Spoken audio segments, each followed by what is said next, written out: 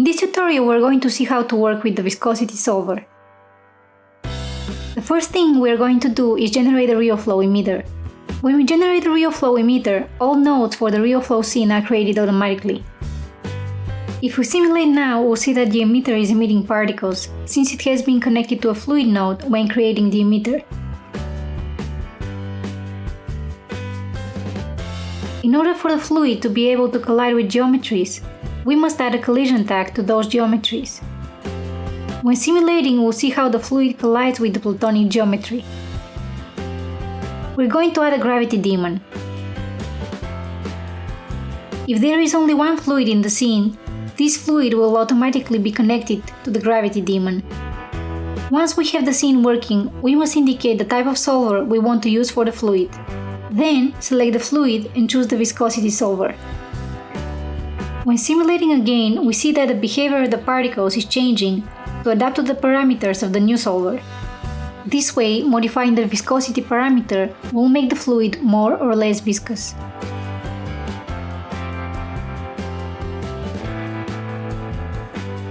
We're going to activate the GPU to simulate faster.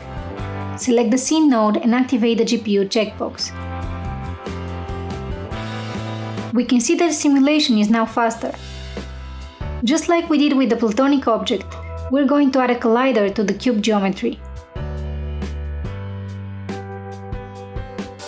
If we want to adjust how the particles collide with the geometry, we must add a RealFlow tag of the volume type.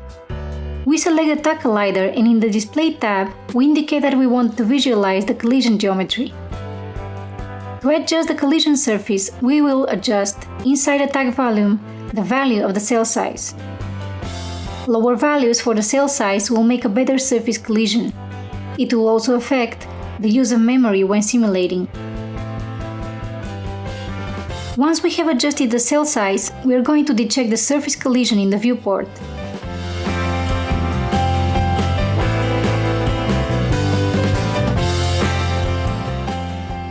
If we simulate now, we see how the viscosity values are affecting the particles in the simulation. With the tensile strength parameter, we will be indicating a tendency of the fluid to contract and generate thread structures when the fluid is not highly viscous.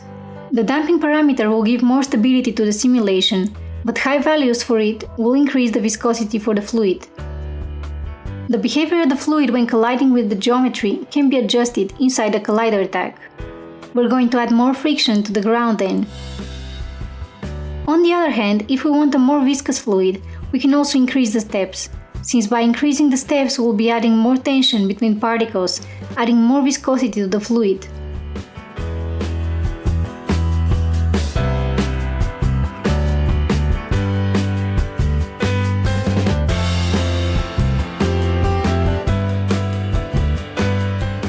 On the other hand, setting low values for steps, the fluid will lose viscosity.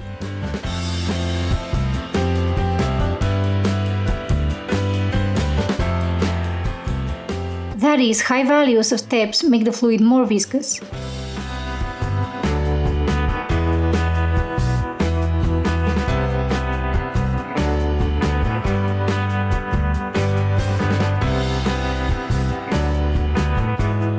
And lower values of steps will make the fluid less viscous. Regardless of the step values, the viscosity parameters will affect the fluid behavior, taking into account the established steps.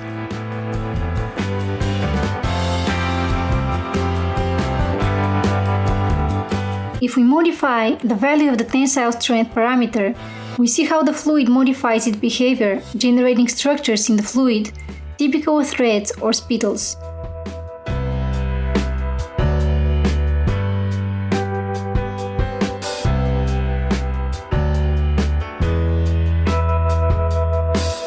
If we increase the resolution of the fluid, we may need to adjust some parameters to reach the desired behavior for the fluid.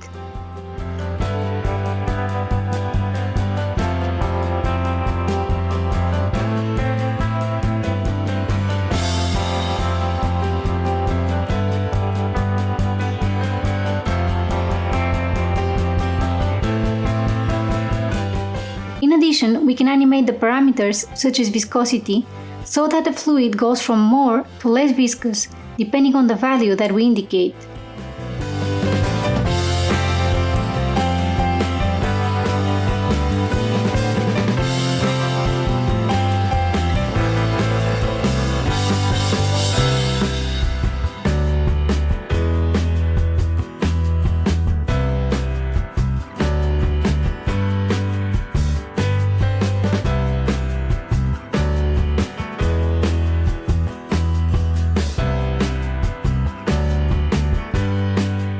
As we can see, the parameters of the solver are fully configurable to get the fluid behavior that we need.